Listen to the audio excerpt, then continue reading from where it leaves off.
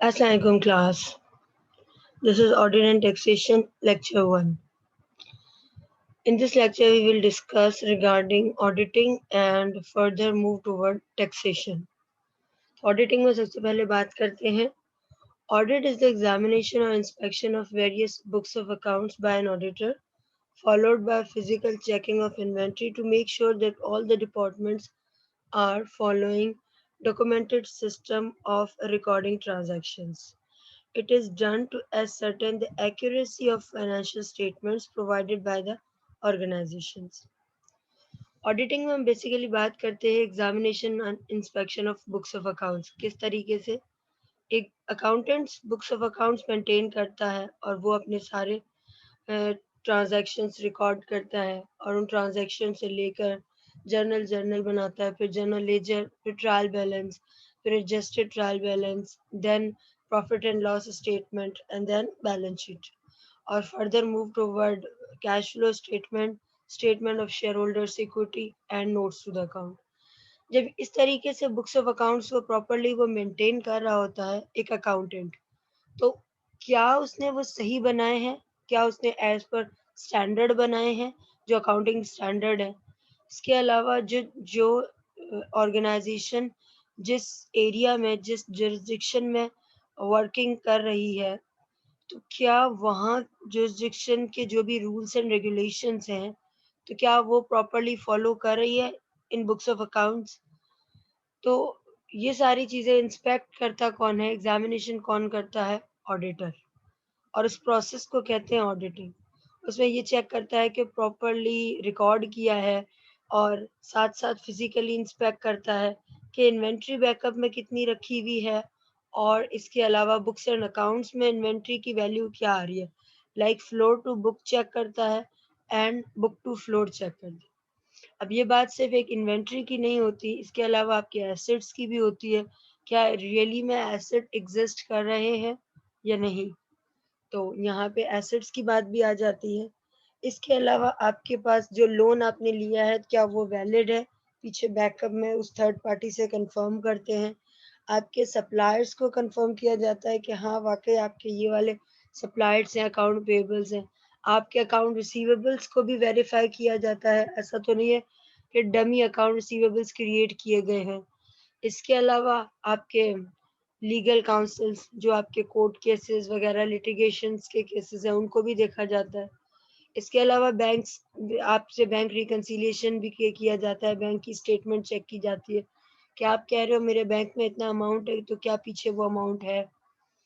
तो ये सारी चीज़ें देखी जाती हैं, इंस्पेक्ट की जाती हैं प्रॉपरली टाइमली बेसिस पे. तो हम आगे पढ़ेंगे इंशाल्लाह किस तरीके से ऑडिटिंग के टाइप्स कैसे हैं, क्या टाइम पीरियड की बेसिस पे ऑडिटिंग के टाइप्स क्या हैं, वर्किंग के ऑपरेशंस के हिसाब से ऑडिटिंग की टाइप्स क्या है. उससे फर्दर हमें ऑडिट प्रोसीजर क्लियर होगा.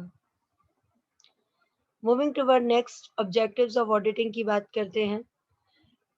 The objective of an audit is to form an independent opinion on the financial statement of the audited entity. The opinion includes whether the financial statements show a true and fair view and have been properly prepared in accordance with accounting standards. यहाँ objective में बात हो रही है, जो prime objective है वो auditor का कि फाइनेंशियल स्टेटमेंट पे ओपिनियन देना. क्लियर. अब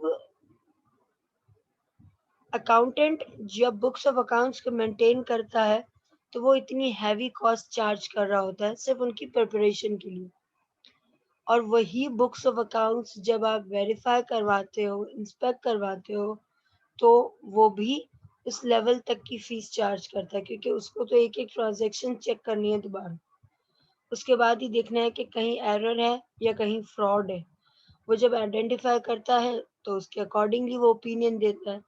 और किसी वेल नोन कंपनी का, like well known audit firms, specially big four audit firms, अगर यहाँ से किसी ऑर्गेनाइजेशन को एक क्लीन ओपिनियन मिल जाए कि इसकी financial statement true and fair view है, तो मार्केट में उसकी गुडविल, उसकी क्रेडिबिलिटी बहुत ज़्यादा इंक्रीज हो जाती है. क्लियर. अब हम यहाँ पे बात कर रहे हैं नेक्स्ट सेंटेंस में. The opinion includes whether the financial statements show true and fair view and have been properly prepared in accordance with accounting standards. पहला तो काम है उसका ओपिनियन देना, दूसरी बात है उसका opinion true and fair view होना चाहिए। True and fair view in the form कि इसके ऊपर आपके पास पीछे कोई एरर नहीं है और कोई फ्रॉड नहीं है। अगर वो बता रहे हैं कि एसेट्स की वैल्यूएशन के हिसाब से एसेट की कॉस्ट ये है, तो ये true and fair view reflect कर रही है कि रियलिटी में अगर वो एसेट मार्केट में आप लेके जाते हो तो उसकी कॉस्ट उतनी ही है। क्लियर? फर्दर यहाँ पे बात हो रही है and have been properly prepared in accordance with accounting standards. Means आपकी जो बुक्स ऑफ अकाउंट्स हैं, जो फाइनेंशियल स्टेटमेंट्स बनाई गई है, वो एज पर अकाउंटिंग स्टैंडर्ड्स बनाई गई है। क्लियर? जो भी इंटरनेशनल फाइनेंशियल रिपोर्टिंग फ्रेमवर्क है और आपका अकाउंटिंग स्टैंडर्ड्स हैं, उनके हिसाब से आपके बुक्स ऑफ अकाउंट्स को प्रॉपरली मेंटेन किया गया है। डन? आगे बात करते हैं फंक्शंस ऑफ ऑडिटिंग की। The chief function of an audit department are two, जो बेसिक फंक्शंस है उसमें से इंक्लूडेड है। Determine compliance with policies and procedures, assess the quality of internal control, evaluate the quality of risk management, evaluate compliance with rules and guidelines established by regulatory agencies, especially Securities and Exchange Commission.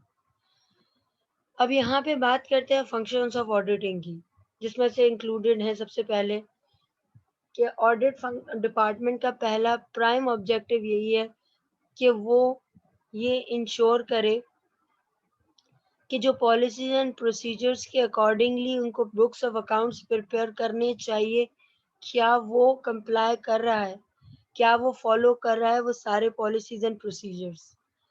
Clear? Auditor का काम ये नहीं है कि वो उस policy के accordingly books of accounts बनाए, ये ऑडिटर का काम नहीं है, ये अकाउंटेंट का काम है। ऑडिटर का काम क्या है? वो सिर्फ ये चेक करे, ये वेरीफाई करे, ये एग्जामिन करे कि जो पॉलिसीज एंड प्रोसीजर ऑर्गेनाइजेशन ने बनाए हैं, जो उस नेचर ऑफ बिजनेस के ऊपर स्टैंडर्ड्स बता रहे हैं कि इसकी पॉलिसीज एंड प्रोसीजर्स ऐसे होनी चाहिए, तो वो वैसे ही होनी चाहिए। लाइक आपका बिजनेस चल रहा है मैन्युफैक्चरिंग का, तो मैन्युफैक्चरिंग के रूल्स एंड रेगुलेशंस अपने हिसाब से होंगे। आपका एफएमसीजी का बिजनेस है जिसमें आप लाइक मैन्युफैक्चरिंग नहीं कर रहे हो, सिर्फ गुड्स परचेज करते हो एक जगह पे, लेबलिंग करते हो और दूसरी जगह बेचते हो, तो उसके अकाउंटिंग स्टैंडर्ड्स की क्या किस तरीके से प्रेजेंटेशन करनी है, उसके रूल्स एंड रेगुलेशंस अलग होंगे। इसके अलावा अगर आपका nature of business service industries है, तो सर्विस इंडस्ट्रीज के रूल्स एंड रेगुलेशंस अलग होते हैं, उनके बुक्स ऑफ अकाउंट्स की प्रेजेंटेशन अलग होती है, तो उसके अकॉर्डिंगली अगर आप प्रिपेयर कर रहे हो तो वो ये चीज ऑडिटर वेरीफाई करता है। क्लियर? सेकेंड बात करते हैं assess the quality of internal controls. सबसे पहले देखी जाती है बात यहाँ पे, ऑडिटर ऑडिट करने से पहले ये चीज देखता है कि ऑर्गेनाइजेशन के अपने इंटरनल कंट्रोल्स कितने स्ट्रांग है या कितने वीक है। अगर उनकी पॉलिसीज प्रोसीजर्स उनके कंट्रोल्स बहुत ज़्यादा स्ट्रांग है और उनकी प्रॉपर आप वेरिफिकेशन कर रहे हो कि हर कोई इसको फॉलो करे, ओबे करे, अगर वो फॉलो नहीं हो रही हैं तो उसके लिए स्पेशली प्रिवेंटिव मेजर्स लिए जा रहे हैं, उनके लिए बहुत स्ट्रिक्ट रूल्स एंड रेगुलेशंस हैं। तो अगर इंटरनल कंट्रोल इतना स्ट्रांग है तो आप ये चीज़ अश्योर करते हो कि हाँ ठीक है, पॉलिसीज एंड प्रोसीजर्स फिर तो फॉलो हुए होंगे, ऐसा नहीं है कि नहीं होंगे।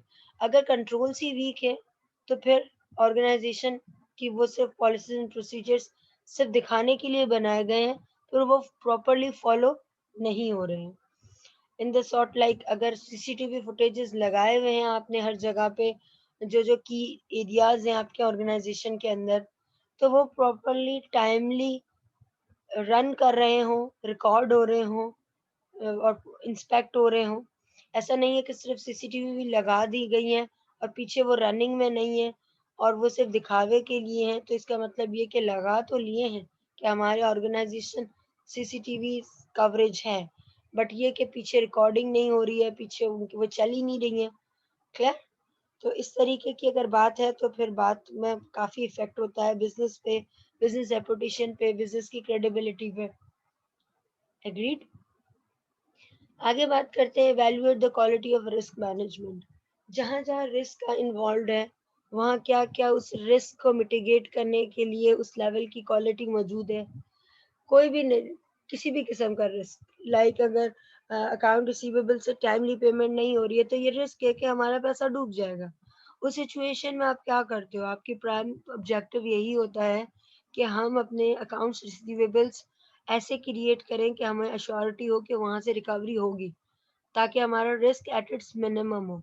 इन केस अगर रिस्क इन्वॉल्व है और हमारे हमें वहां से पेमेंट रिकवर नहीं हो रही, तो हमारे वहां पे प्रिवेंटिव मेजर्स होने चाहिए कि किस तरीके से उनसे रिकवरी करनी है at its max. Get it? आगे हम बात करते हैं evaluate compliance with rules and guidelines established by regulatory agencies. कि आपके जो भी रूल्स एंड रेगुलेशंस बने हुए हैं, आपकी जो गाइडलाइंस बनी हुई हैं, और साथ-साथ वो गाइडलाइंस जो रेगुलेटरी एजेंसीज ने बनाई है, उनको प्रॉपर्ली इवैल्यूएट करना है। क्योंकि अभी जो कॉर्पोरेशंस बनती हैं, जिसमें से आप एसएमईज ले लो और एमएनसीज ले लो, small and medium enterprise and multinational corporations. अगर ये दोनों ले लो तो ये ऐसे ही तो नहीं बनती, डेफिनेटली इनको हम कहीं ना कहीं रजिस्टर करवाते हैं। तो हम सिक्योरिटी एक्सचेंज कमीशन एसईसीपी में रजिस्टर करवाते हैं, स्टॉक एक्सचेंज में रजिस्ट्रेशन करवाते हैं। इसके अलावा जो मल्टीनेशनल ऑर्गेनाइजेशंस होती हैं, वो अपने पेरेंट जो उनका हेड ऑफिस होता है, वहाँ पे उनकी प्रॉपर रजिस्ट्रेशन होती है। तो जिनको टाइमली बेसिस पे आप बुक्स ऑफ अकाउंट सबमिट कर रहे होते हो, तो यहाँ पे इनके कुछ अलग से अपने रूल्स एंड रेगुलेशन होते हैं। कुछ तो बाय कंट्री लेवल पे होते हैं, कुछ इनके अकाउंटिंग लेवल के स्टैंडर्ड्स होते हैं।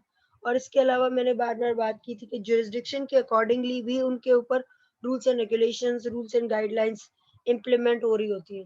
तो ऑडिटर यही देख रहा होता है कि इनके जहां जहां इनकी रजिस्ट्रेशन है, वहां वहां के कुछ ना कुछ रूल्स एंड रेगुलेशंस होंगे। तो क्या उन्होंने वो रूल्स एंड रेगुलेशंस फॉलो किए हैं, वो इम्प्लीमेंट किए हैं? अगर इनसे वो डेविएट कर रहे हैं तो डेविएशन की भी एक्सटेंड क्या है? क्योंकि कुछ कुछ ऐसी चीजें होती हैं जो एट सर्टेन लेवल अगर वेरिएट कर रही हैं तो इट्स ओके। उनसे क्या होता है कि इन्वेस्टर्स के इन्वेस्टमेंट डिसीजंस इफेक्ट नहीं होते। बट अगर आप वहां पे बहुत ज्यादा डेविएशन कर रहे हो, तो एक इन्वेस्टर सोचता है इन्वेस्ट करने से पहले कि इनके books of accounts properly maintain नहीं है, वेदर टू इन्वेस्ट इट और नॉट। तो आपके यहाँ पे जो भी रेगुलेटरी एजेंसीज हैं, जो उस ऑर्गेनाइजेशन को रन कर रही हैं, उनके जो रूल्स एंड रेगुलेशंस है, वो एक ऑडिटर का काम है इंस्पेक्ट करना कि वो प्रॉपरली फॉलो हो रही हैं या नहीं हो रही।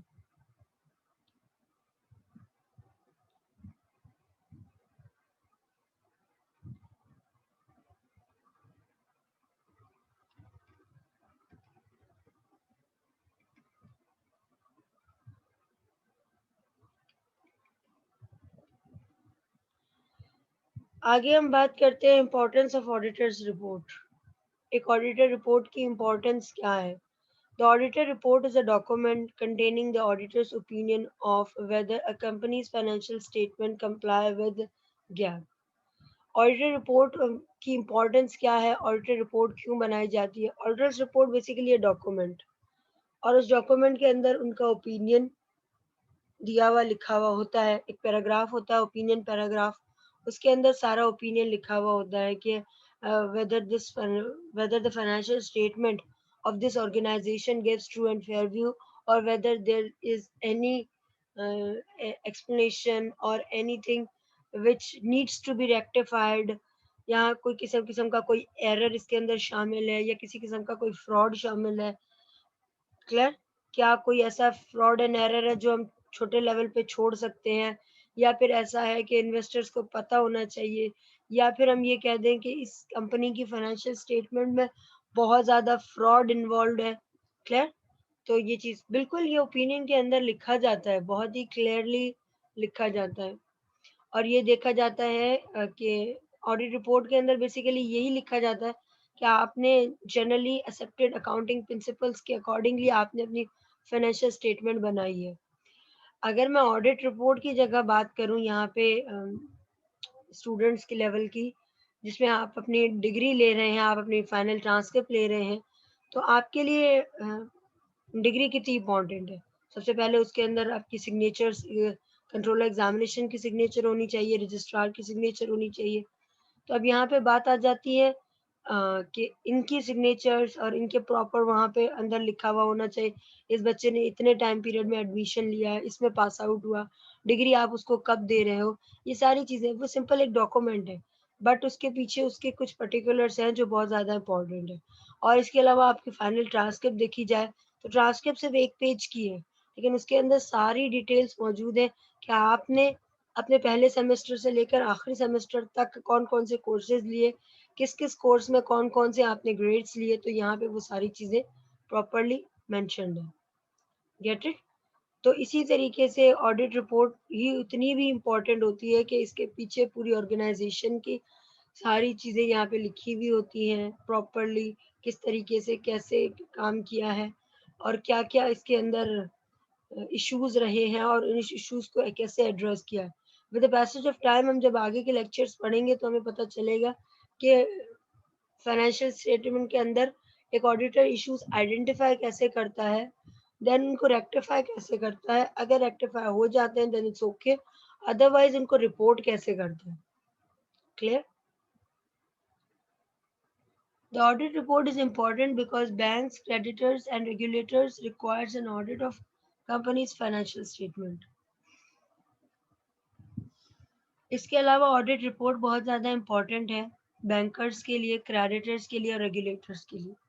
मैंने अभी आपकी बात की, अगर आपके पास डिग्री आती है, आपके पास फाइनल ट्रांसक्रिप्ट आती है, तो ये इम्पोर्टेंट है क्योंकि आप कहीं पे भी जॉब करते हो तो वो ऑर्गेनाइजेशन सबसे पहले वो पूछती है कि आपने क्या किया हुआ है। तो आप कहते हो कि मैंने ये सर्टन डिग्री हासिल की है, तो वो बोलते हैं in the form of as an evidence आप हमें दिखाएं, आप सबमिट करें हमारे पास अपने डॉक्यूमेंट्स। क्लियर? तो अब यहीं पे वही बात हो रही है कि किसी भी ऑर्गेनाइजेशन के लिए अगर आपको बैंक से लोन चाहिए या अकाउंट पेएबल से आप बल्क अमाउंट में इन्वेंट्री परचेज कर रहे हो या रेगुलेटरी अथॉरिटीज के वहाँ पे इस ऑर्गेनाइजेशन को रजिस्टर्ड करवा रहे हो, तो उस सिचुएशन में आपको सबसे पहले चाहिए कि अपनी ऑडिट रिपोर्ट जो ऑडिटर ने दी है वो उसको सबमिट करवाओ। इससे अंदाजा होता है कि आपकी ऑर्गेनाइजेशन का स्टेटस क्या है, वो कैसे काम कर रही है, वो किस तरह से काम कर रही है। Clear?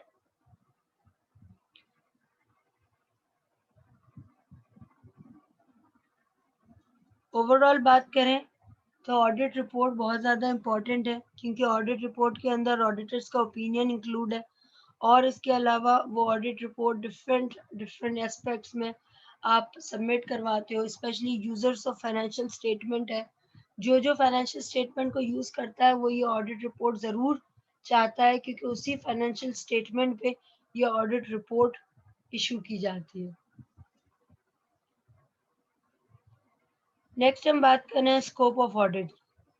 Audit scope defined as the amount of time and document which are involved in an audit, in an important factor in all auditing. The audit scope ultimately establishes how deeply an audit is performed. It can range from simple to complete, including all company documents. मैंने अभी initially भी यही बात की कि audit का scope क्या है। स्कोप मीन्स व्हाट, कि वो ऑर्गेनाइजेशन किस कंट्री में काम कर रही है, उसके ऊपर कौन कौन से लॉज एंड रेगुलेशंस इम्प्लीमेंट हो रहे हैं। तो जो जो लॉज एंड रेगुलेशंस उस ऑर्गेनाइजेशन पे इम्प्लीमेंट हो रहे हैं वो सारे स्कोप ऑफ ऑडिट हैं। वो ऑडिटर चेक करेगा कि इसने इस एरिया के जो सारे रूल्स एंड रेगुलेशन इस ऑर्गेनाइजेशन पे इम्प्लीमेंट हो रहे हैं उसको चेक किया है, वेरीफाई किया है, एग्जामिन किया है। क्लियर? अब इसके अलावा सबसे पहली बात आ जाती है कि सबसे पहले इंटरनेशनल अकाउंटिंग स्टैंडर्ड्स इम्प्लीमेंट होते हैं। Secondly international standards on auditing implement होते हैं। देन कंपनी ऑर्डिनेंस इम्प्लीमेंट होता है and then last but not the least इस कंपनी के ऊपर जुरिस्डिक्शन के लॉज एंड रेगुलेशंस हैं। लाइक अगर कराची के ऑर्गेनाइजेशन है तो कराची के रूल्स एंड रेगुलेशंस, अगर पेशावर में है तो उसके रूल्स एंड रेगुलेशन, अगर इंटीरियर साइड है तो इंटीरियर साइड के रूल्स एंड रेगुलेशन, अगर सवात की तरफ है तो सवात के एरियाज को देखते हुए उनके लॉज एंड रेगुलेशंस होंगे। तो एक ऑडिटर की ये प्राइम रिस्पॉन्सिबिलिटी है कि उस एरिया के जहां वो ऑर्गेनाइजेशन रन कर रही है वहां पे उनके ऊपर जो भी लॉज एंड रेगुलेशंस इम्प्लीमेंट हो रही है वो ऑडिटर वो सारे चेक करेगा। क्लियर? आगे हम बात करते हैं who is called auditor. In accounting, an auditor is someone who is responsible for evaluating the validity and reliability of company or organization financial statement.